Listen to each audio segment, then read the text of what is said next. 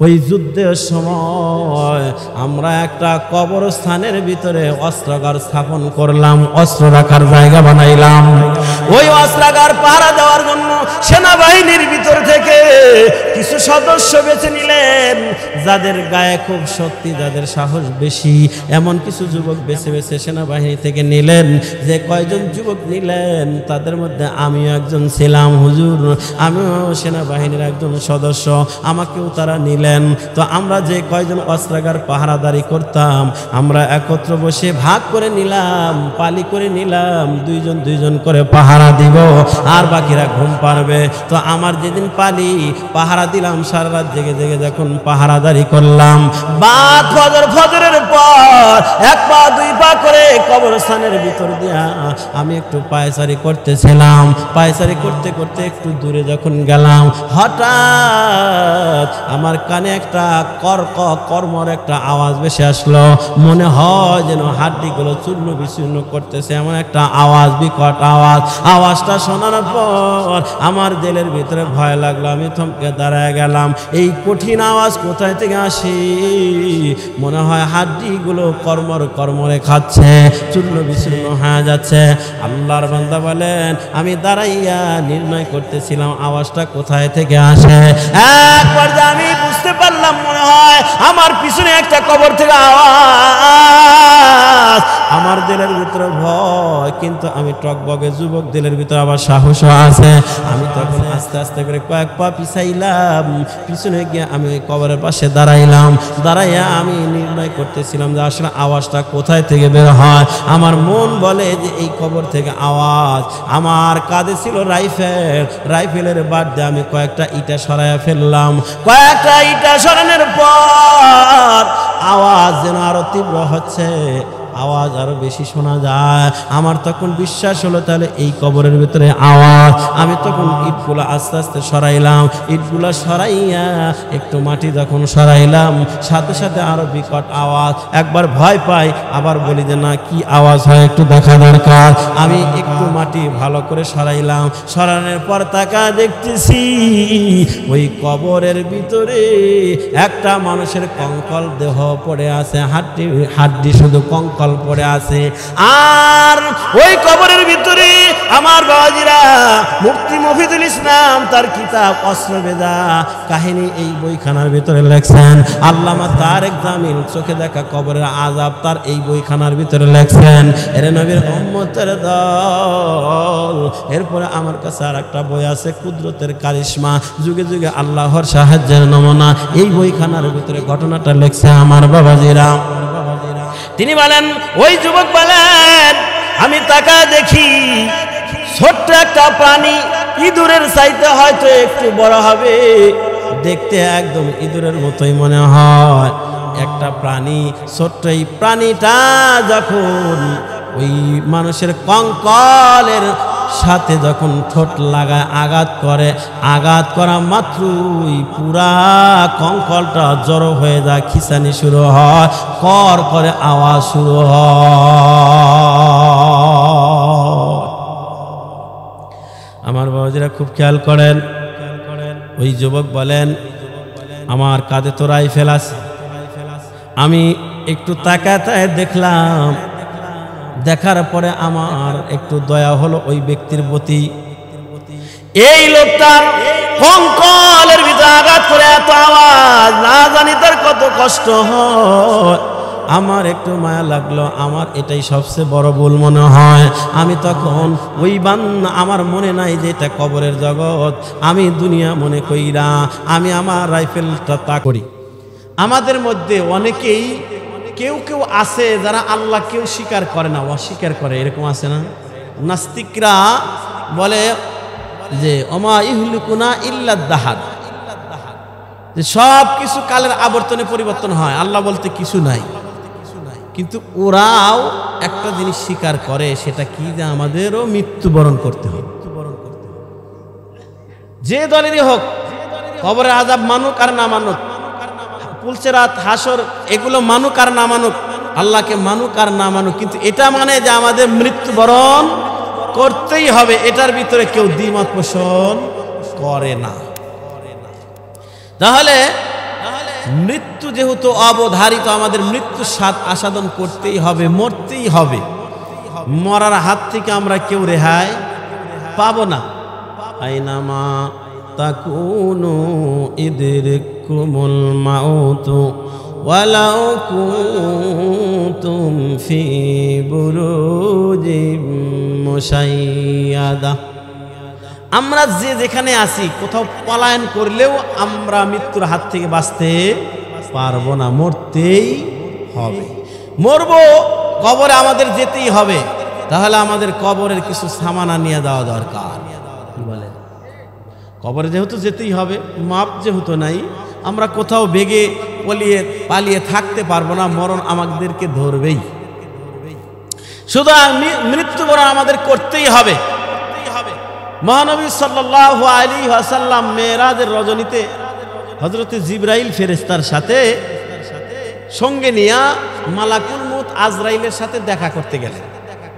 কার সাথে? আজরাইলের সাথে দেখা করতে গেলেন জিবরাইল ফেরেশতাকে সঙ্গে নিয়ে। যাওয়ার পরে মহানবী সাল্লাল্লাহু আলাইহি ওয়াসাল্লাম আজরাইল ফেরেশতাকে সালাম দিলেন। সালাম দেওয়ার পরে আজরাইল ফেরেশতা সালামের জবাব দিলেন না, কোনো সম্মান প্রদর্শনী কোনো কিছুই করলেন না, কোনো নড়াচড়া নাই। ঠিক এমন টাইমে আল্লাহ তাআলা মালাকুল মউত আজরাইলকে হুকুম করলেন, আজরাইল, আমার হাবিব তোমার সামনে তোমাকে সালাম দিয়েছে, আমার হাবিবের সালামের জবাব দাও এবং আমার হাবিবকে সম্মান প্রদর্শন করো। আমার হাবিব যদি কোনো কিছু জানতে চায় প্রশ্নের জবাব দাও। কে বললেন? কাকে বললেন? আজরাইলকে বললেন। এই কথা বলার পরে হযরতে মালাকুল মউত আজরাইল ফেরেশতা রাসূলের সালামের জবাব দিলেন। জবাব দেওয়ার পরে মহানবী সাল্লাল্লাহু আলাইহি ওয়াসাল্লামকে সম্মান প্রদর্শন করার জন্য মালাকুল মউত আজরাইল ফেরেশতা তার আসনের ডান পাশে বসালেন। দেখেন না, সভাপতি সাহেবের চেয়ারটা আমার ডান পাশে না বাম পাশে? কি বলেন, ডান পাশে না বাম পাশে? বাম পাশে দিতে পারতো না, কিন্তু ডান পাশে কেন? বলে সবার যিনি সভাপতি সে বক্তার চেয়েও সম্মানী। সুবহানাল্লাহ। এই জন্য তাকে ডান পাশে দেওয়া হয়। প্রত্যেকটা মাহফিলে দেখেন সভাপতি কোথায় দেওয়া হয়? ডান পাশে। কেন? সভাপতি ইচ্ছা করলে হুজুর আলোচনা বন্ধ দোয়া করে দেন, করতে পারে। এই পাওয়ার সভাপতির আছে, অর্থাৎ সভাপতি বক্তার চেয়েও সম্মানী একজন মানুষ, এই জন্য ডান পাশে। তো মালাকুল মউত আজরাইল ফেরেশতা মহানবী সাল্লাল্লাহু আলাইহি ওয়াসাল্লামকে সম্মান প্রদর্শন করে তার আসনের ডান পাশে বসালেন।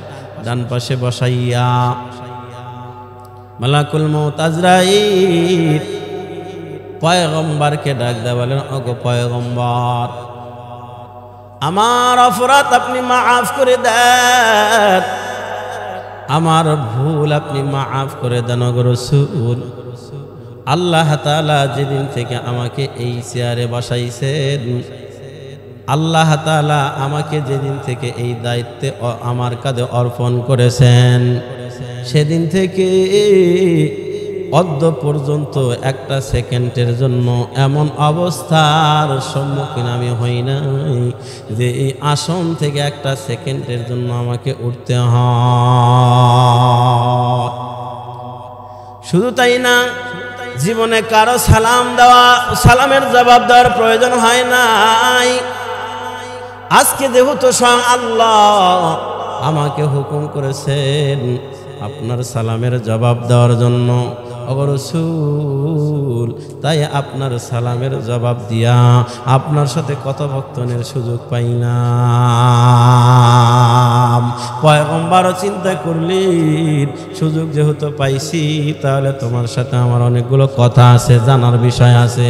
পয়গম্বর মালাকুল মউত আজরাইলের সাথে কথা বলতেছেন। এক পর্যায়ে আমার বাবাজিরা মালাকুল মউত আজরাইল ফেরেশতাকে ডাইকা বলেন, ও মালাকুল মউত, তুমি তাম পৃথিবীর জীবদের জান তুমি কিভাবে কবজ করো একটু বলো। মালাকুল মউত আজরাইল বলেন, ও পয়গম্বর, এই যে আমার সামনে দেখতেছেন বিশাল একটা বৃক্ষ, এই বিশাল গাছ, এই গাছের প্রত্যেকটা পাতায় পাতায় তাম পৃথিবীর সমস্ত প্রাণীদের প্রত্যেকের নাম ঠিকানা প্রত্যেকটা পাতায় লেখা আছে। সুবহানাল্লাহ বলেন। তার মানে তোমার নাম ঠিকানাটা ওই গাছের পাতায় লেখা, একটা পাতায় লেখা। আমার নাম ঠিকানা, বাবার নাম, গ্রামের নাম সব কিছু লেখা একটা পাতার ভিতরে। প্রত্যেকটা প্রাণীর, প্রত্যেকটা জীবের এক একজনের নাম ঠিকানা এক একটা পাতার উপরে লেখা আছে। মালাকুল মউত আজরাইল বলে, যখন কোনো প্রাণীর মৃত্যুর সময় ঘনিয়ে আসে, যখন কোনো প্রাণীর মৃত্যুর সময় নিকটবর্তী হয়, মৃত্যুর 40 দিন পূর্বে ওই ব্যক্তির নাম ঠিকানা সহ যেই পাতার ভিতরে লেখা, ওই নাম ঠিকানা লেখা বিশিষ্ট ওই পাতাটা আমার সামনে টেবিলের উপরে 40 দিন আগেই ঝরে পড়ে। কয়দিন? জোরে কোন? ইন্তেকাল করার 40 দিন আগে গাছের পাতাটা আমার টেবিলের সামনে, আমার সামনে যখন ঝরে পড়ে, আমি তখন ডায়েরি বইটা বের করে আমি তার নাম দেখে, নাম ঠিকানা মিলাইয়া আমি তার জান কবজ করার জন্য আমার সহযোগী একজন ফেরেশতা পাঠাইয়া দিই। আমার বাজিরা, হযরত মালাকুল মউত আজরাইল বলেন, জান কবজ করার জন্য আমাকে যেতে হয় না, আমি এখানে আসনে আসীন থাকি, বসে থাকি। পাতাটা দেখার পর ডায়েরিটা খুলে মিলাইয়া আমার সহযোগী ফেরেশতাকে হুকুম করে দেই, ওই ব্যক্তি দুনিয়াতে আরো 40 দিন পর্যন্ত জীবিত থাকবে। 40 দিন পূর্বে আমি তার নামটা ডায়েরিতে মৃত বলে লিখে নেই। এমনকি আসমানে ঘোষণা হয়ে যায়, মৃত্যুর 40 দিন পূর্বেই আসমানে মৃত্যুর সংবাদটা ছড়িয়ে দেওয়া হয়। এর নবীর উম্মতের দল, মালাকুল মউত আজরাইল ফেরেশতা ডাইকা বলেন, ওগো পয়গম্বর, যদি লোকটা আল্লাহ পাকের রহমত প্রাপ্ত হয়, আল্লাহ পাকের করুণা প্রাপ্ত হয়, লোকটার আমলে আখলাকে যদি আল্লাহ সন্তুষ্ট থাকে, তাহলে আমার ডান দিকের ফেরেশতাকে জান কবজ করার জন্য নির্দেশ দেই। আমার ডান পাশের ফেরেশতারা যাইয়া ওই বান্দার জান খানা কবজ করে আসানের সাথে কষ্ট দেয় না। আর লোকটা যদি আল্লাহ পাকের গজব প্রাপ্ত হয়, আর লোকটা যদি আল্লাহ পাকের রহমত প্রাপ্ত না হয়, আল্লাহ যদি তার উপরে অসন্তুষ্ট থেকে থাকে, তাহলে আমার বাম দিকের ফেরেশতা পাঠাইয়া দেই। আমার বাম দিকের ফেরেশতা যাইয়া তার জানটা কবজ করে অত্যন্ত কঠিন ভাবে। চিল্লা নাউজুবিল্লাহ, জোরে বলি। আমার বাজিরা, এই কথোপকথন করতেছেন, হাদিস শরীফের ভিতরে আসছে, পয়গম্বর এক পর্যায়ে মালাকুল মউত আজরাইল ফেরেশতাকে ডাইকা বলেন, ও মালাকুল মউত ফেরেশতা আজরাইল, তোমার মাথার চারপাশে চারদিকে তোমার 4টা মুখ কেন? তোমার মাথার চতুর্দিকে চারপাশে 4টা মুখ হওয়ার কারণ কি যদি বলতাম? মালাকুল মউত আজরাইল ফেরেশতার কয়টা মুখ? এই মাথার চারদিকে 4টা মুখ, ডানে বামে সামনে পিছনে 4টা মুখ। পয়গম্বর যখন বলে এই 4টা মুখ হওয়ার কারণটা কি একটু রহস্য তুমি বলো।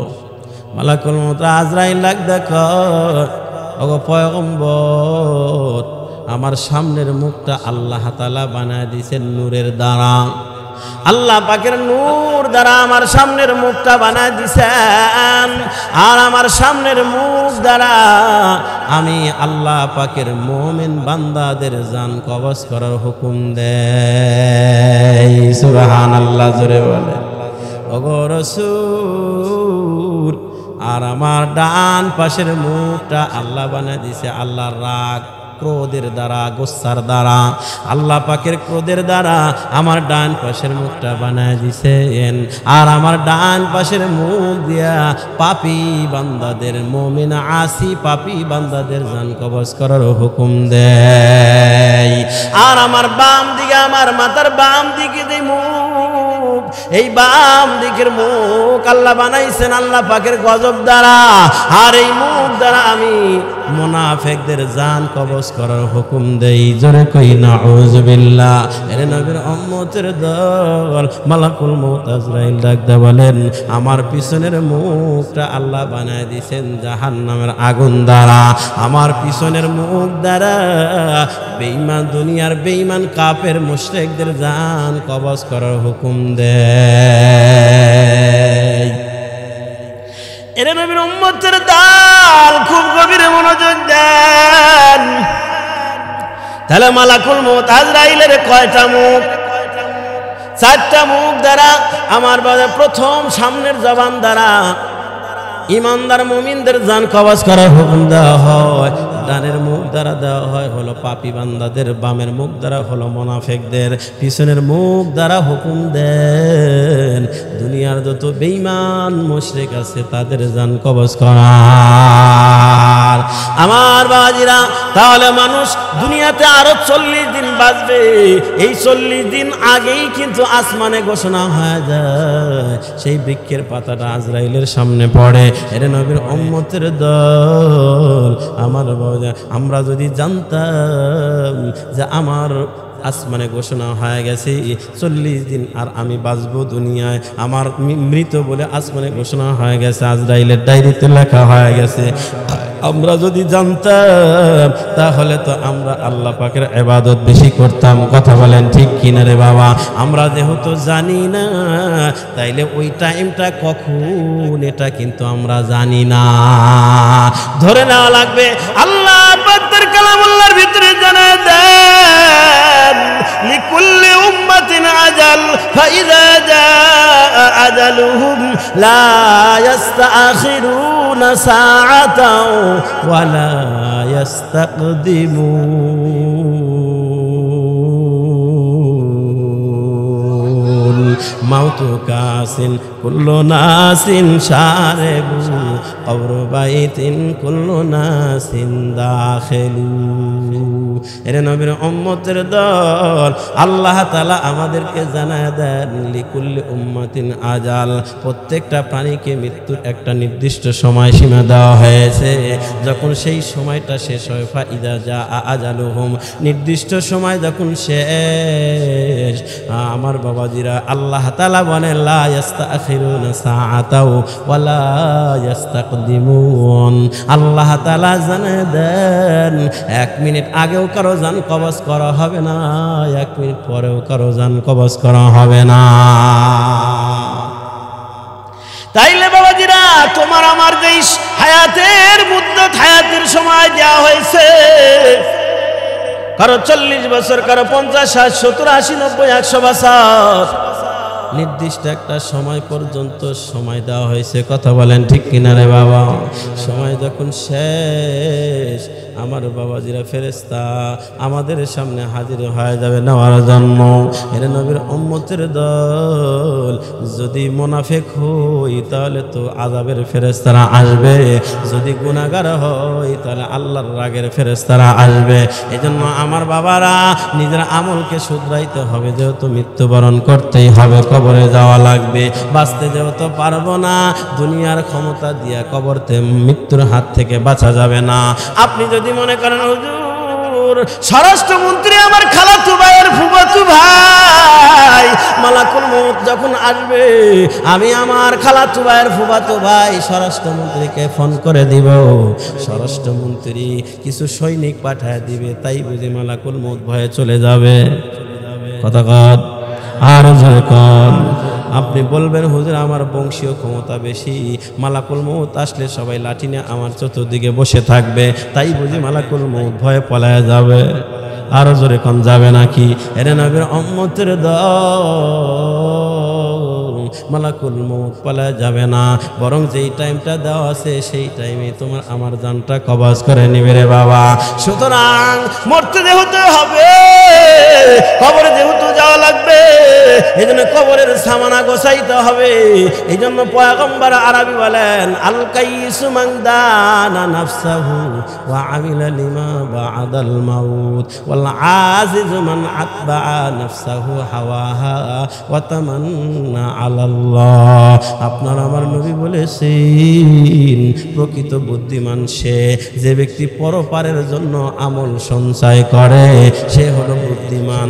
আর যে মনে করে আমি যেহেতু মুসলমান, আমার বাবা যেহেতু মুসলমান, একদিন না একদিন আল্লাহ আমাকে জান্নাত দিবেই, এই আশা করে যারা বসে থাকে, এরা হলো দুনিয়ার মধ্যে সব চাইতে বোকা। পয়গম্বর বলেছেন, এর নবীর উম্মতের দান,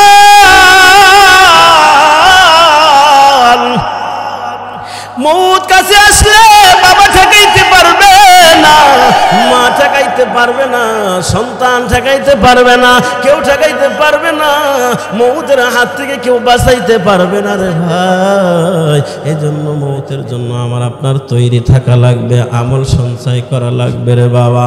হেরে নবীর উম্মতের দল, আমার বাবা খুব গভীর মনোযোগ দেন রে বাবা।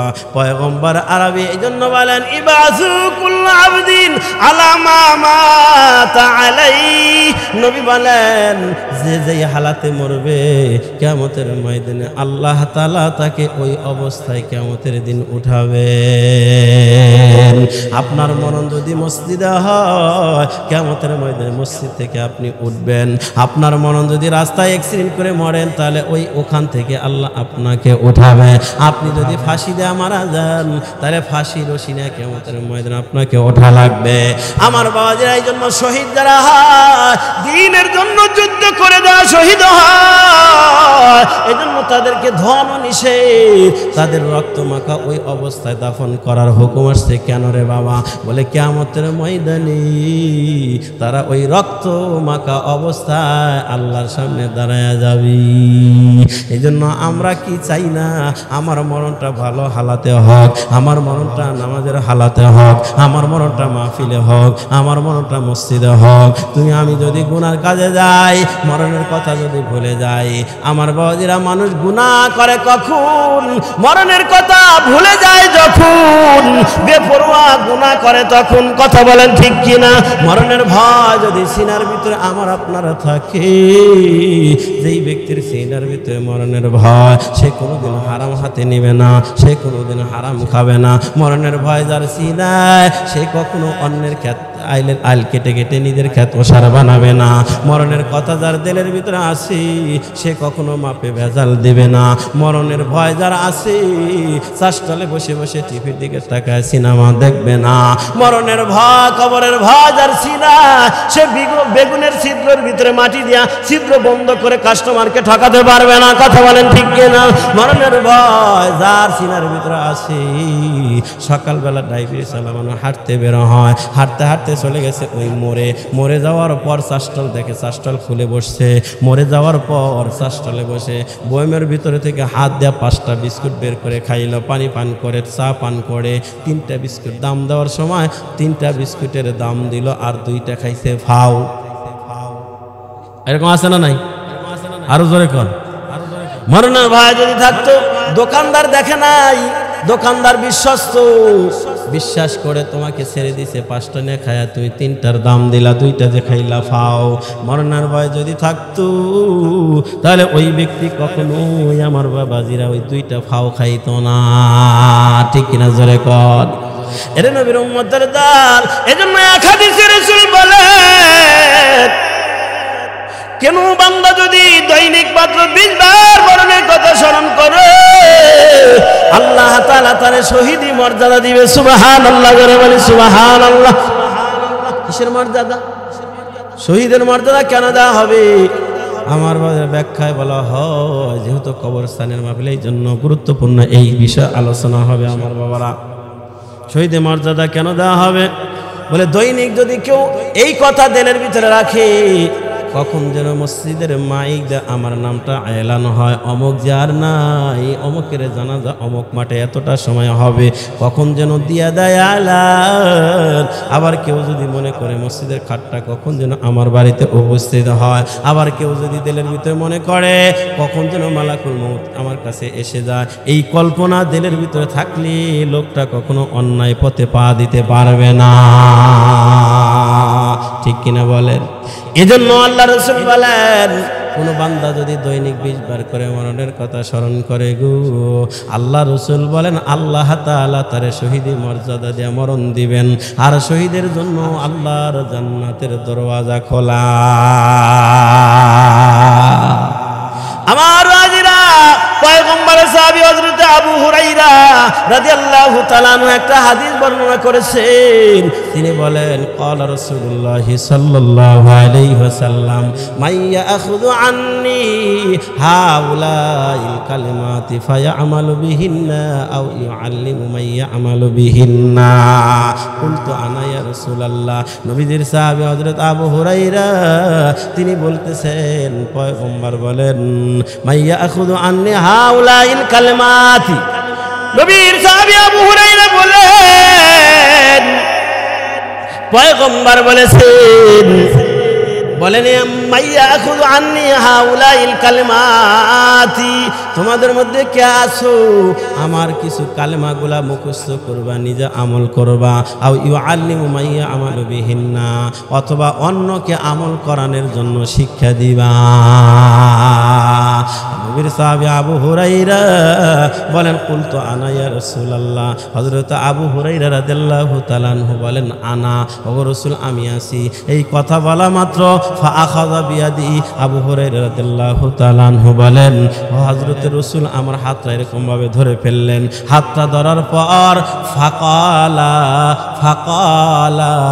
ফাআদ্দা খামসান, 5টা বাক্য বললেন। কয়টা বাক্য?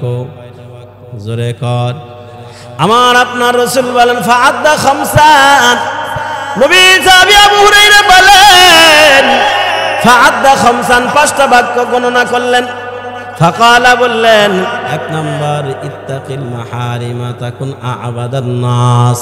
আবু হুরায়রা রাদিয়াল্লাহু তাআলা আনহু বলেন, নবী বলেছেন ও আবু হুরায়রা শুনে নাও, তোমাদের মধ্যে যে উম্মত ইত্তাকিল মাহারিমা, যে ব্যক্তি আল্লাহ যা হারাম করেছেন ওই হারাম থেকে যে নিজেকে পরহেজ করবে, বিরত রাখবে, শুনে নাও সে তামাম দুনিয়ার মধ্যে একজন শ্রেষ্ঠ আবেদ হইয়া যায়।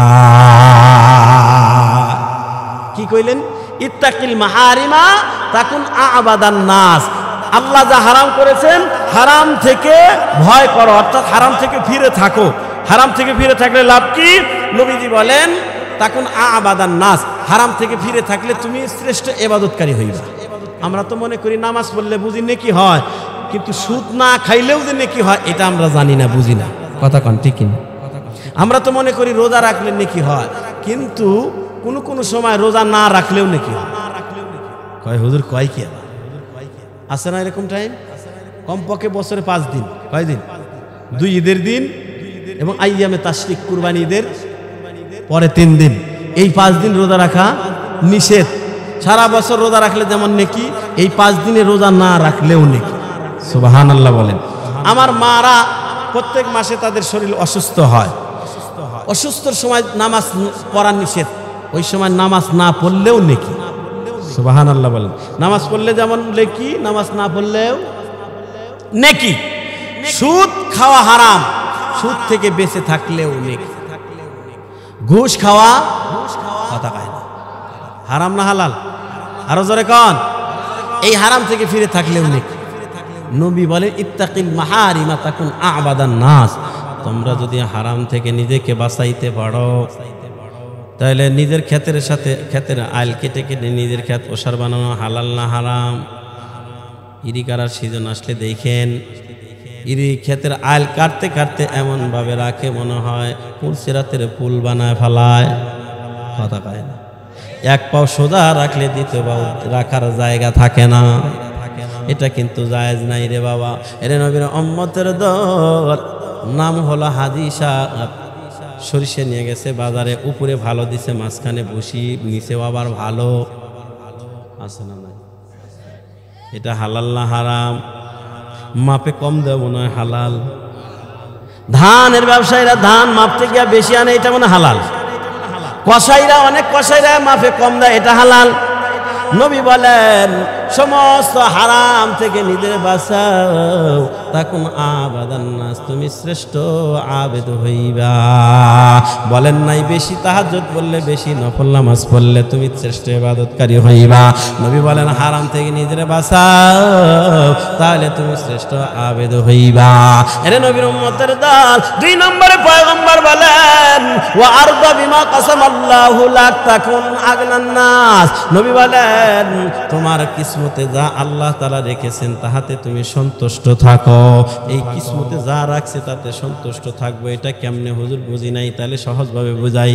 আমাদের গ্রামগঞ্জে একটা প্রথা আছে, মানুষ যদি মারা যায়, লোকটা যদি ধনী হয়, তাহলে পুরা গ্রামের মানুষ দাওয়াত করে খাওয়ায়। এটা আপনারা কি বলেন? 40 না লিল্লা খরচ? অনেক জায়গায় লিল্লা খরচ, অনেক জায়গায় বলে খরচ, অনেক জায়গায় তামজারি কয়, 40 কয়। আপনারা কি কয়? আপনারা বুঝতেছেন না মনে? খরচ, হ্যাঁ হ্যাঁ, এটাই শুনতেছি। এই যে খরচের ভিতরে দেখবেন 2 জন বসছেন পাশাপাশি, একজনের পাতে মনে করেন গোস্ত ভাতের উপরে আটতেছে না, প্লেটে ধরতেছে না, আর একজনের পাতে বাবুর্চি কয়েকবার চেষ্টা করছে, দেখা গেল বড় বড় 2টা হাড্ডি আর এত বড় বড় 2টা আলু। হয় না এরকম অনেক সময়? কিন্তু উনি কিন্তু কয়েকবার চেষ্টা করছে, ওঠে নাই, চলে গেছে। হাতটা ধোয়ার পরেই তো সমালোচনা, আমার পাতে ও এতই গোস্ত দিচ্ছে আর আমার 2টা হাড্ডি আছে না নাই? আপনারা করেন তা বলছি না, এরকম করে। কিন্তু উচিত ছিল কি, নবীদের হাদিস বুঝায় ও আরদা বিমা কাসামাল্লাহু লাক, তোমার কিসমতে যা আছে তাতে তুমি সন্তুষ্ট থাকো। কিন্তু 2টা হাড্ডি পাইছে, সমালোচনা শুরু করছে। ইনি কি সন্তুষ্ট হয়ে সমালোচনা করতেছে না অসন্তুষ্ট? এইটাই নবী বলেন, যা তোমার কিসমতে আছে তা তোমার আসবেই, তা তোমার হবেই। তোমার কিসমতে নাই দেখে 2টা হাড্ডি আছে, তোমার কপালে হাড্ডি, বাবুর্চি কি করবে? আমার আজিরা, এটাতে বুঝাইলাম আর কি সহজভাবে। নবী বলেন ওয়া আরদা বিমা কাসামাল্লাহু লাক, কিসমতে যা আছে তাতে তুমি সন্তুষ্ট থাকো, তাহলে আগনান নাস, তখন আগনান নাস, তাহলে তুমি শ্রেষ্ঠ ধনী হইবা। সুবহানাল্লাহ বলে। এরপরে 3 নম্বরে নবী বলেন ওয়া আহসিন ইলা জারিকা তাকুন মুমিনান। নবী বলেন ওয়া আহসিন ইলা জারিকা, তুমি তোমার প্রতিবেশীর সাথে সুন্দর আচরণ করো, তাকুন মুমিনান, তাহলে তুমি কামেলে মুমিন হইবা। সুবহানাল্লাহ বলেন। নবী কি বললেন? তোমার প্রতিবেশীর সাথে খারাপ আচরণ করতে না, ভালো আচরণ করতে, অর্থাৎ প্রতিবেশীর সাথে সুন্দর আচরণ করো। ইসলাম কত সুন্দর। প্রতিবেশী যদি গরিব হয়, প্রতিবেশী যদি অভাবী হয়, তাহলে নবী বলেন তোমার যদি সামর্থ্য থাকে তাহলে তার খোঁজ খবর নেওয়া, তাকে খাবারের ব্যবস্থা করা, এটা তোমার উপরে দায়িত্ব। এমনকি পয়গম্বর বলে লাইসাল মুমিনু বিল্লাযী ইসবাউ ওয়া জারুহু জাইউ ইলা জামবিহি। নবী বলেন লাইসাল মুমিনু বিল্লাযী ইসবাউ, ওই ব্যক্তি মুমিন নয়, ওই ব্যক্তি মুমিন নয় যেই ব্যক্তি উদর পূর্তি করে খাইল, ওয়া জারুহু জাইউন ইলা জামবিহি, অথচ তার প্রতিবেশী তার পাশেই ক্ষুধার্ত থাকলো, ওই ব্যক্তি মুমিন নয়। তার মানে হলো তোমার প্রতিবেশী মুসলমান হোক আর অন্য ধর্মের হোক, যদি গরিব এতিম বাচ্চারা আছে, ছেলেদের বাবা নাই, এতিম অসহায় দুস্থ মানুষ তোমার প্রতিবেশী, তাহলে তোমার দায়িত্ব হয় তুমি তো সপ্তাহে সপ্তাহে ভালো কিছু খাবারের ব্যবস্থা করো, ভালো কিছু রান্না করে খাও রে বাবা। এর নবীর উম্মতের দল, তোমার দায়িত্ব হলো ওই প্রতিবেশীর খোঁজ খবর নেওয়া, খাবারের ব্যবস্থা করা। তুমি পেট ভরে খাইলা অথচ প্রতিবেশী ক্ষুধার্ত, রাসূল বলে তুমি মুমিন না। কত বড় কথা যে তুমি তোমার হালাল খাবার, নিজের টাকা দিয়ে কিনা খাবার, সেই খাবার তুমি খাইছো পেট ভরে, কিন্তু প্রতিবেশী আছে একজন ক্ষুধার্ত, তাইলে তুমি মুমিন হতে পারো নাই। আমার বাবাজিরা, এই জন্য প্রতিবেশীকে কষ্ট দেওয়া যাবে না, প্রতিবেশীর সাথে সুন্দর আচরণ করা লাগবে। নবী এক হাদিসে বলেন, লা ইয়াদখুলুল জান্নাতা মান লা ইয়ামানু জারুহু বাওয়াইকাহু, যার প্রতিবেশী তার অনিষ্ট থেকে নিরাপদ নয়, সে জান্নাতে ঢুকতে পারবে না। এজন্য আমার বাবাজিরা, প্রতিবেশীকে কষ্ট দেওয়া যাবে না। এর নবীর উম্মতের দল আমরা অনেকভাবে প্রতিবেশীকে কষ্ট দেই। বাড়ির পাশে যদি গরিব হয়, টাকা পয়সা যদি কম হয়, অথবা শক্তির কম, পাওয়ার পার্টির লোক না বিরোধী পার্টির লোক, এই জন্য আমরা বেশি বেশি তাকে আরো কষ্ট দেওয়ার চেষ্টা করি। এমনকি অনেক বাড়ি এমন আছে, টিউবওয়েলের পানি এমন ভাবে বের করে দিছে, রাস্তা দিয়ে গড়ায় দিছে, মানুষ রাস্তা দিয়ে হাঁটতে পারে না, প্রতিবেশীরা হুন্ডা নিয়ে যাইতে পারে না, হুন্ডা নিয়ে গেলে আছাড় খেয়ে পড়ে যায়, পায়ে ব্যথা পায়। অথবা সরকারি রাস্তার ভিতরে বাড়ির সামনে গরু বাইদা রাখে, আছে না না এরকম, গরু বাইদা রাখছে, শোনাইতেছে, লাদাইতেছে, মানুষে যাইতে কষ্ট হয়। নবী বলেন এটা কষ্ট দেওয়া যাবে না। লা ইউমিনু, নবী বলেন লা ইউমিনু আহাদুকুম, আপনার আমার পয়গম্বর বলেন লা ইয়াদখুলুল জান্নাতা মান লা ইয়ামানু জারুহু বাওয়াইকাহু। অন্য জায়গায় নবী বলেন আল মুসলিমু মান সালিমাল মুসলিমুনা মিন লিসানিহি ওয়া ইয়াদিহি। এর নবীর উম্মতের দল, সংক্ষিপ্ত কথা হলো পয়গম্বর আরবি বলেন ওয়া আহসিন ইলা যালিকা, তুমি তোমার প্রতিবেশীর সাথে সুন্দর আচরণ করো, প্রতিবেশীকে কষ্ট দিও না। তুমি একটু ক্ষমতায় আছে বলে তাই বলে যা তা ব্যবহার করো না, না না, তোমার প্রতিবেশী গরিব, তার সাথে সুন্দর আচরণ করবা, তারে থাকা খাওয়ার ব্যবস্থা তোমার করে দেওয়ার দায়িত্ব। আমার বাজারা, নবী বলেন যারা প্রতিবেশীর সাথে সুন্দর আচরণ করবে, পয়গম্বর বলেন তাকুল মুমিনান, সেই ব্যক্তি কামেলে মুমিন হইতে পারবে। সুবহানাল্লাহ। 4 নম্বরে রাসূল বলেন ওয়া আহাব্বা লিন্নাস মা তুহিব্বু লিনাফসিকা তাকুন মুসলিমান। নবী বলেন অপর মুসলমান ভাইয়ের জন্য তাহাই পছন্দ করো যাহা তুমি নিজের জন্য পছন্দ করো। আমরা অনেক সময় এরকম করি, একসাথে মাছ কিনে ভাগাভাগি, খালি তালে থাকি, কয় যেটার মধ্যে একটু ভালো মাছ, কয় এটা আমারে দাও, বা এরকম ভালো যেটা কয় এটা আমার জন্য রাখ, আর যেটা একটু ওর চাইতে খারাপ এটা তুই নি। এরকম করি না, করি না? জোরে বলেন করি কি করি না? এরকম করা যাবে না রে বাবা। পয়গম্বর আরবি বলেন তোমার জন্য যেটা পছন্দ করো, তোমার অপর মুসলমান ভাইয়ের জন্য তাহাই পছন্দ করা লাগবে। তোমার জন্য ভালো, আর একজনেরটা বুঝি খারাপ। তুমি খাইবা গরুর গোশত, আর একজনে দিবা ব্রয়লার। উনিও গরুর গোশত খায়, কিন্তু তুমি ক্ষমতার কারণে দিতেছো না, তুমি গরুর গোশত ওরে দিতেছো ব্রয়লার। নবী বলেন না, এরকম করা যাবে না।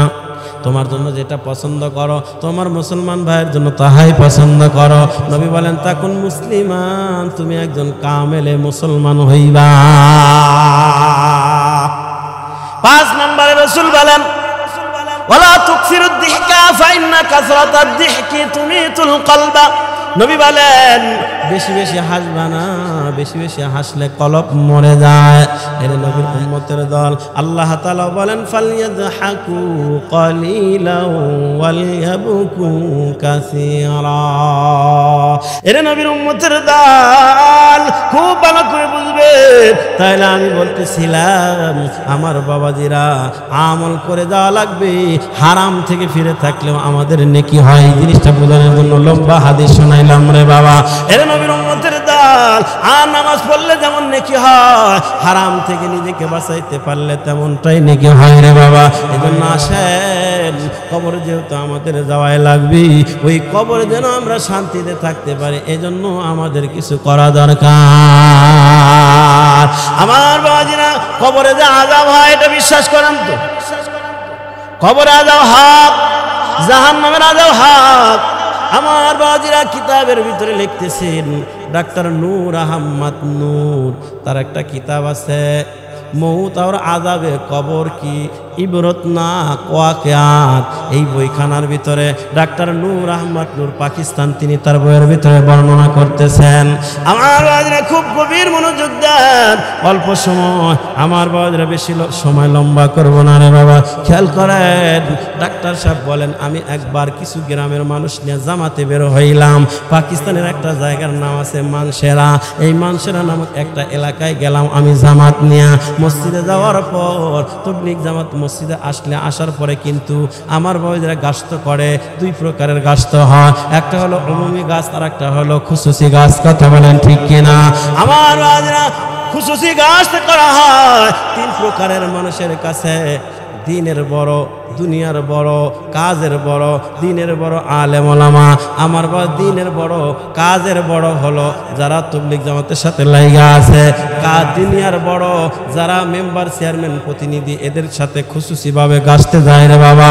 এরকম খুশুসি গাছ করে আসার সময় দেখতেছেন একটা মসজিদের সামনে, একটা জায়গার ভিতরে, দোকানের সামনে বেশ কয়েকজন যুবক বসা। খুব খেয়াল করেন রে বাবা, যুবকগুলো বসে বসে গল্প করতেছেন। ডাক্তার নূর আহমদ নূর বলেন, আমরা তাদের কাছে গেলাম, তাদের কাছে যাওয়ার পর আমরা একটু দাওয়াত দিলাম, ভাই, যুবক ভাই, তোমাদের মসজিদে একটা জামাত আসছে, মসজিদে ঈমানে কিনের কথা হইতেছে, জান্নাত জাহান্নামের কথা হইতেছে। তোমরা যুবক ভাই বসে বসেই তো গল্প সময় নষ্ট করতেছ, তোমরা যদি একটু মসজিদে যাইতা, তাদের কথা শুনতা, আমল পরিবর্তন হতো, জান্নাত জাহান্নামের সম্পর্কে কিছু জানতে পারতা।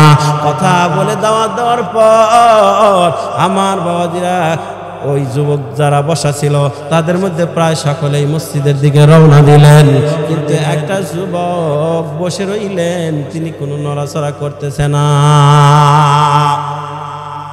আমার বাবাজিরা, সব যুবকগুলো মসজিদে গেল, কিন্তু একটা যুবক বসা, ওই যুবক করতেছে না। সবাই কিনে যখন মসজিদে চলে গেলেন, এর নবীর উম্মতের দল মসজিদে যাওয়ার পর বেশ কিছু সময় পরে ওই যুবকটা, যেই যুবকটা বসা ছিল, ওঠে নাই। ওই যুবকটা আস্তে আস্তে করে লাঠি ভর দিয়ে আস্তে আস্তে করে মসজিদে চলে গেছে। মসজিদে যাওয়ার পর সালাম দিলেন এবং ডাক্তার নূর আহমদ নূর বলেন, আমার কাছে সে অনুনয় বিনয় করে বলে, হুজুর আমার গোস্তাকি মাফ করবেন, আমার সঙ্গীরা সবাই আপনাদের সাথে আসছে, কিন্তু আমি আসতে পারি নাই হুজুর, কারণ আমি একজন মাযুর, আমি হাঁটতে পারি না, যার কারণে আসতে পারি নাই হুজুর। আমি খুব কষ্ট করে আসলাম একটা কথা আপনাদের সাথে শেয়ার করার জন্য। কি কথা? কয় হুজুর, একটা কথা, যেই কথাটা আপনার শুনলে হয়তো উপকার হবে, অনেকে এখান থেকে ইবরত হাসিল করতে পারবে। বলে কি কথা? বলে আপনারা যে বললেন কবরের আযাবের কথা, আমি রাআইতু বিআইনাইয়া, আমি কবরের আযাব কিছুটা নিজের চোখে দেখেছি, সেই অভিজ্ঞতার কথা আপনাদের সাথে শেয়ার করব। আমার সবাই বলে ঠিক আছে, বলেন কি কথা বলতে চান। এবার ওই যুবকটা, আমার বাবাজিরা, তার কথা, অভিজ্ঞতার কথা বলতেছে। আমার বাবাজিরা, সে বলেন 1965 সাল, তখনও বাংলাদেশ পাকিস্তান আমার বাবাজিরা এক ছিল। এটা ছিল পূর্ব পাকিস্তান আর ওইটা ছিল পশ্চিম পাকিস্তান। এর নবীর উম্মতের দল 1965 সালের কথা কয়, পাকিস্তান এবং ভারতের ভিতরে যুদ্ধ ছিল। ওই যুদ্ধের সময় আমরা একটা কবরস্থানের ভিতরে অস্ত্রাগার স্থাপন করলাম, অস্ত্র রাখার জায়গা বানাইলাম। ওই অস্ত্রাগার পাহারা দেওয়ার জন্য সেনাবাহিনীর ভিতর থেকে কিছু সদস্য বেছে নিলেন, যাদের গায়ে খুব শক্তি, যাদের সাহস বেশি, এমন কিছু যুবক বেছে বেছে সেনাবাহিনী থেকে নিলেন।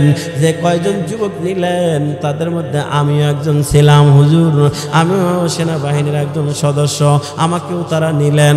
তো আমরা যে কয়জন অস্ত্রাগার পাহারাদারি করতাম, আমরা একত্র বসে ভাগ করে নিলাম, পালি করে নিলাম, দুইজন দুইজন করে পাহারা দিব, আর বাকিরা ঘুম পারবে। তো আমার যেদিন পালি পাহারা দিলাম, সারা রাত জেগে জেগে যখন পাহারাদারি করলাম, বাদ ফজরের পর 1 পা 2 পা করে কবরস্থানের ভিতর দিয়া আমি একটু পায়চারি করতেছিলাম। পায়চারি করতে করতে একটু দূরে যখন গেলাম, হঠাৎ আমার কানে একটা কর্মর একটা আওয়াজ ভেসে আসলো। মনে হয় যেন হাড্ডিগুলো চূর্ণ বিচূর্ণ করতেছে, এমন একটা আওয়াজ, বিকট আওয়াজ। আওয়াজটা শোনার পর আমার দিলের ভিতরে ভয় লাগলো। আমি থমকে দাঁড়ায় গেলাম। এই কঠিন আওয়াজ কোথায় থেকে আসে? মনে হয় হাড্ডিগুলো কর্মরে খাচ্ছে, চূর্ণ বিচূর্ণ হয়ে যাচ্ছে। আল্লাহর বান্দা বলেন, আমি দাঁড়াইয়া নির্ণয় করতেছিলাম আওয়াজটা কোথায় থেকে আসে। এক পর্যায়ে আমি বুঝতে পারলাম, মনে হয় আমার পিছনে একটা কবর থেকে আওয়াজ। আমার দিলের ভিতরে ভয়, কিন্তু আমি টকবগে যুবক, দিলের ভিতরে আবার সাহস আছে। আমি তখন আস্তে আস্তে করে কয়েক পা পিছাইলাম, পিছনে গিয়ে আমি ওই কবরের পাশে দাঁড়াইলাম। দাঁড়াইয়া আমি নির্ণয় করতেছিলাম যে আসলে আওয়াজটা কোথায় থেকে বের হয়। আমার মন বলে যে এই কবর থেকে আওয়াজ। আমার কাঁধে ছিল রাইফেলের বাদ দিয়ে আমি কয়েকটা ইটা সরাইয়া ফেললাম। কয়েকটা ইটা সরানোর পর আওয়াজ যেন আরো তীব্র হচ্ছে, আওয়াজ আরো বেশি শোনা যায়। আমার তখন বিশ্বাস হলো তাহলে এই কবরের ভিতরে আওয়াজ। আমি তখন ইটগুলো আস্তে আস্তে সরাইলাম। ইটগুলো সরাইয়া একটু মাটি যখন সরাইলাম, সাথে সাথে আরো বিকট আওয়াজ। একবার ভয় পাই, আবার বলি যে না, কি আওয়াজ হয় একটু দেখা দরকার। আমি একটু মাটি ভালো করে সরাইলাম। সরানোর পর তাকা দেখতেছি ওই কবরের ভিতরে একটা মানুষের কঙ্কাল দেহ পড়ে আছে, হাড্ডি শুধু কঙ্কাল পড়ে আছে। আর ওই কবরের ভিতরে আমার বাবাজিরা মুফতি মফিদুল ইসলাম তার কিতাব অস্ত্রবেদা কাহিনী এই বইখানার ভিতরে লেখছেন। আল্লামা তারেক জামিল চোখে দেখা কবরের আযাব তার এই বইখানার ভিতরে লেখছেন। এর নবীর উম্মতের দল। এরপরে আমার কাছে আর একটা বই আছে, কুদরতের কারিশমা, যুগে যুগে আল্লাহর সাহায্যের নমুনা। এই বইখানার ভিতরে ঘটনাটা লেখছে আমার বাবাজিরা। তিনি বলেন, ওই যুবক বলেন, আমি তাকা দেখি ছোট্ট একটা প্রাণী, ইঁদুরের চাইতে হয়তো একটু বড় হবে, দেখতে একদম ইঁদুরের মতোই মনে হয় একটা প্রাণী। ছোট্ট এই প্রাণীটা যখন ওই মানুষের কঙ্কালের সাথে যখন ঠোঁট লাগায় আঘাত করা মাত্রই পুরা কঙ্কালটা জড়ো হয়ে যায়, খিসানি শুরু হয়, কর করে আওয়াজ শুরু হয়। আমার বাবাজিরা খুব খেয়াল করেন। ওই যুবক বলেন, আমার কাঁধে তো রাইফেল আছে। আমি একটু তাকায় দেখলাম, দেখার পরে আমার একটু দয়া হলো ওই ব্যক্তির প্রতি। এই লোকটার কঙ্কালের ভিতরে আঘাত করে এত আওয়াজ, না জানি তার কত কষ্ট হয়। আমার একটু মায়া লাগলো। আমার এটাই সবচেয়ে বড় ভুল মনে হয়। আমি তখন ওই আমার মনে নাই যে এটা কবরের জগৎ, আমি দুনিয়া মনে কইরা আমি আমার রাইফেলটা তাক করলাম যে আমি এই কবরের ভিতরে যেই প্রাণীটা এই কঙ্কলে আঘাত করলে আওয়াজ হয়, আমি এই প্রাণীটাকে ফায়ার করে মেরে ফেলবো। আমি যখন আমার বন্দুকটা তাক করলাম, তাক করা মাত্র তাকায় দেখি আর প্রাণীটা দেখা যায় না। আমার বাজিনা প্রাণীটা খুঁজলাম আর নাই, খুঁজতেছি নাই। এক পর্যায়ে আমি তখন মাটি দেয়া কবরটা বন্ধ করে দেয়া আবার ইটা দিয়ে সুন্দর করে ডেকে দিলাম। প্রাণীটা যেহেতু নাই, আমি আবার আমার গন্তব্যস্থলের দিকে, ক্যাম্পের দিকে রওনা দিলাম। রওনা দিতেই দেখি ওই প্রাণীটা আমার দিকে দিয়ে আসতেছে। কি কয়, ওই প্রাণীটা আমার দিকে দিয়ে আসতেছে। প্রাণীটা দেখা মাত্র এবার, আগে তো ফায়ার করে মারার জন্য প্রস্তুতি নিছিলাম, কিন্তু এখন প্রাণীটা দেখে আমি আটকে উঠছি, এতটাই ভয় পাইছি, আমার হিতাহিত জ্ঞান হারিয়ে ফেলছি। এত ভয়, দিলের ভিতরে ভয় জমা হয়ে গেছে। আল্লাহর বান্দা বলেন, আমি ওই প্রাণীটার সবল থেকে বাঁচার জন্য দৌড়াইলাম। আজ দৌড়, কালো দৌড় তো দৌড়, বহুদূর পর্যন্ত দৌড়া গেলাম। দৌড়ায়া যায় পিছনের দিকে তাকা দেখি ওই প্রাণীটা আমার পিছনে পিছনে আসছে, আরো কাছাকাছি হয়ে গেছে। আমি এক পর্যায়ে ওই আল্লাহর বান্দা যুবক বলেন, সেনাবাহিনীর সদস্য আর ডাক্তার নূর আহমদ নূর বলেন, ওই যুবক চোখের পানি ছেড়ে কান্না করে আর বলে, হুজুর আমি ওই প্রাণীটার সবল থেকে বাঁচার জন্য দৌড়াইলাম। সামনে দৌড়াইতে দৌড়াইতে দেখি একটা বিরাট জলাশয় পানি। ওই জলাশয়ের ভিতরে আমি তার সবল থেকে বাঁচার জন্য জলাশয়ের ভিতরে নেমে গেলাম। হাঁটু পর্যন্ত পানির ভিতরে আমি নেমে গেলাম, যাতে করে ওই প্রাণীটা পানির ভিতরে আর না নামে আমি যেন বাঁচতে পারি। কিন্তু পিছনের দিকে তাকায় দেখলাম ওই প্রাণীটা একদম জলাশয়ের কিনারে আসলো, পানির নিকটে আসলো। পানির নিকটে আসার পর ওই প্রাণীটার ঠোঁট পানির ভিতরে নামায় দিল। ওই প্রাণীটার ঠোঁট পানির ভিতরে নামায় দেওয়া মাত্র মুহূর্তের ভিতরে তামাম জলাশয়ের পানিগুলো একদম গরম হইয়া টকবক করা শুরু করছে। কন্যা নাউযুবিল্লাহ। মারা যেমন ভাত রান্না করে, ভাত রান্নার শেষের দিকে যেমন টকবক করে লাফাইতে থাকে ভাতগুলো, আল্লাহর বান্দা বলেন ওই ছোট্ট প্রাণীটার ঠোঁট পানির ভিতরে লাগার কারণে পুরা জলাশয়ের পানি এত গরম টকবক করা শুরু করছে। আমি আর সহ্য করতে পারি না। আমার পা যেই পর্যন্ত পানির নিচে ছিল গোস্তগুলো সাথে সাথে পচে গেছে। আমি চিৎকার দিয়ে বাঁচাও বলে চিৎকার দিয়ে আমি শুকনায় গেলাম। এ পর্যন্ত আমি বলতে পারি, তারপরে আর আমার হুঁশ ছিল না। এরপরে কি হয়েছে আমি জানি না, তবে আমি শুনতে পেরেছি আমার সাথী সৈন্য যারা ছিল আমার চিৎকার আওয়াজ শুনে তারা দ্রুত আসছে আগায়া, এসে আমাকে সেখান থেকে উদ্ধার করে হসপিটালে নিয়ে গেছেন। এরোটাবাদ হসপিটালে নেওয়ার পর আমার চিকিৎসা করেছে, কমে নাই, ভালো তো হাই নাই, কমেও নাই। এরপরে ওখান থেকে হসপিটাল থেকে ট্রান্সফার করে আমারে রাওয়ালপিন্ডি PHM হসপিটালে ট্রান্সফার করে, সেখানে চিকিৎসা করে কিন্তু ভালো হয় না।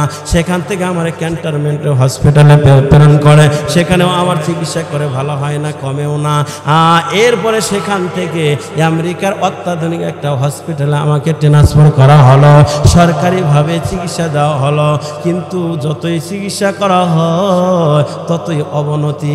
দেখেন না হুজুর, এই কথাটা বলে চোখের পানি ছেড়ে ওই পায়ের পট্টিটা আস্তে আস্তে করে খুলে দিলেন। তাকায় দেখে ওই পার হাঁটুর নিচ থেকে নিয়ে একদম নিচ পর্যন্ত শুধু হাড় দেখা যায়, এক ফোঁটা গোস্ত নাই। এক প্রকারের তরল পদার্থ বের হয়, এত দুর্গন্ধ। ওই যুবক বলেন হুজুর এই দুর্গন্ধের কারণে আমি মানুষের মাঝে যাইতে পারি না। হুজুর এত দুর্গন্ধ আর এত কষ্ট, হুজুর আপনারা তো কবর আযাবের কথা বয়ান করেন, আমি কবরের আযাব তো নিজের চোখে কিছুটা দেখেছি হুজুর। এরে নবীর উম্মতের দল হযরতে ডাক্তার নূর আহমদ নূর তার কিতাবের ভিতরে ওয়াকিয়া বয়ান করে রে বাবা। এই ওয়াকিয়া শোনায়া কি শোনাইতে চাইলাম, তার মানে ওই কবরটা কিন্তু আরামের জায়গা না রে বাবা, ঠিক কি না করে কোন? ওই আমল দিয়ে ওই ঘরটাকে আমল দিয়ে সাজাইতে হয়। দুনিয়ার ইট বালি সিমেন্ট দিয়ে সাজাইলে ওই ঘরের ভিতরে আরামে থাকা যায় না। দুনিয়াতে যদি টিনের ঘর থেকে বিল্ডিং দেওয়া যায়, ইট বালি দিয়ে ঘর দেওয়া যায়, আরামে থাকা যায়। কিন্তু কবরের বাড়িটা আমল দিয়ে সাজাইতে হয়, ইট বালি সিমেন্ট দিয়ে সাজালে হয় না, ঠিক কিনা জোরে কোন? এরে নবীর উম্মতের দল, আকাশের অবস্থা ভালো না। আমি আপনাদের কাছে একটা আবেদন জানাই রে বাবা, ওই ঘর যেহেতু আমাদের যেতেই হবে, আমাদের আপন ঘর, ওই ঘরটাকে সুন্দর করা দরকার। ওই ঘরটা যেন আল্লাহ তাআলা আমার বাবা জান্নাতের টাইলস দিয়ে টাইলস লাগায় দেয়। এই জন্য আমাদের এই কবরটাকে সুন্দর করার জন্য এর নবীর উম্মতের দল এই কবরস্থানের জন্য আগে আমার ভাইজান মোশাররফ ভাইয়ের কাছে, কাজী মোশাররফ হোসেন ভাইয়ের কাছে অনেক টাকা পয়সা দান করছেন। এর নবীর উম্মতের দল, আমি আপনাদের কাছে আরজ রাখবো ওই কবরটাকে সুন্দর করার জন্য, ওই কবরের আযাব থেকে বাঁচার জন্য। আপনার আমার পয়গম্বর বলেন, ইন্নাস সাদাকাতা লা তুতফিউ গাযাবার রাব্বি ওয়া তাতফাউ মিতাতাসু। অন্য জায়গায় রাসূল রাসূল বলেন বাদিরু বিসসাদাকা ফা ইন্নাল বালাআ লা ইয়াতাখাত্তাউহা। অন্য হাদিসে রাসূল বলেন আস-সাখিয়ু করিবুম মিনাল্লাহ করিবুম মিনান নাস করিবুম মিনাল জান্নাহ বাঈদুম মিনান নার ওয়াল বাখিলু বাঈদুম মিনাল্লাহ বাঈদুম মিনান নাস বাঈদুম মিনাল জান্নাহ করিবুম মিনান নার ওয়াল জাহিলু সাখিয়ুন আহাব্বু ইলাল্লাহ মিন আবিদিন বাখিলিন। আল্লাহু আকবার, আল্লাহু আকবার। হাদিসের ভিতরে পয়গম্বর বলেছেন যারা দান করে এই দানের কারণে দুনিয়ার বালা মুসিবত থেকে আল্লাহ বাঁচায় দেয়, আখিরাতের বালা মুসিবত থেকে আল্লাহ বাঁচায় দিবি। এরে নবীর উম্মতের দল, আমার বাবাদের তাহলে মৃত্যু আমাদের অতি কাছে, কখন আসবে আমরা জানি না। এই মাহফিল করে বাড়িতে যেতে পারবো এটাও আমরা জানি না। কথা বলেন ঠিক কিনা রে বাবা? তাহলে যেহেতু আমরা জানি না কখন মরবো, এজন্য যদি নিজের আমলটা নিজে করে যান অথবা নিজে মা বাবার জন্য দিয়ে যান। আপনি যদি আপনার মা বাবার জন্য দেন তাহলে আপনার সন্তানেরা আপনার জন্য দিবে, এটাই স্বাভাবিক। আপনি যদি না দেন আপনার ছেলেরাও আপনার জন্য খরচ করবে না, এটাই স্বাভাবিক। এজন্য কোন ভাই আছেন মা নাই বাবা নাই, এই কবরস্থানে মা ঘুমান্ত, বাবা ঘুমান্ত, দাদা দাদি ঘুমান্ত, ওই দাদা দাদি নানা নানি মা বাবার রুহের মাগফিরাতের জন্য কোন ভাই আছেন 5,000 টাকা, এরপরে 1,000 করে আমি আমার বাবাজিরা কয়েকটা মানুষ চাই, বাবার জন্য 1,000 অথবা মার জন্য 1,000 অথবা মা আর বাবা মিলে 2 জন মিলে 1,000। এর নবীর উম্মতের দল, আজকে যদি আমি আপনি মারা যাই কিছুই কিন্তু কবরে যাবে না, ঠিক কিনা জোরে বলেন? নাকি যাবে? কথা কয় না। যাবে? কাফনের কাপড়ের পকেট আছে নাকি? হালাল হারাম না মানিয়া কত টাকা করছো কামাই, এত টাকা রাখবা কোথায়? কাফনের তো পকেট নাই, ঠিক কিনা জোরে কর?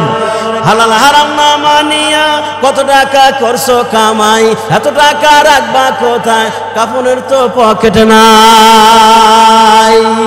এর উম্মতের দল, কাফনের পকেট নাই, ওই কবরে আপনার আমার টাকা পয়সাও দিবে না। এরে ভাই, এই যে করোনা গেল, করোনা কিন্তু আমাদের চোখে আঙ্গুল দিয়ে দেখা দিছে রে বাবা। করোনা আক্রান্ত মারা গেছে, ছেলে কাছে যায় না, বিবি কাছে যায় না, ভাই বেরাদার কাছে যায় না। কথা বলেন ঠিক কিনা?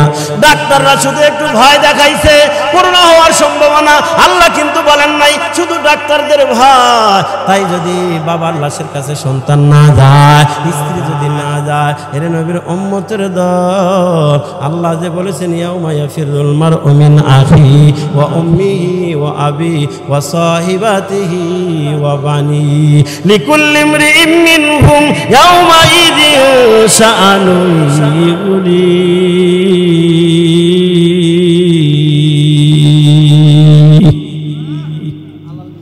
লিল্লাহি তাকবীর, লিল্লাহি তাকবীর। আলাল মিয়া 1000 বার মারহাবা। আলাল মিয়া কি আছে নাকি?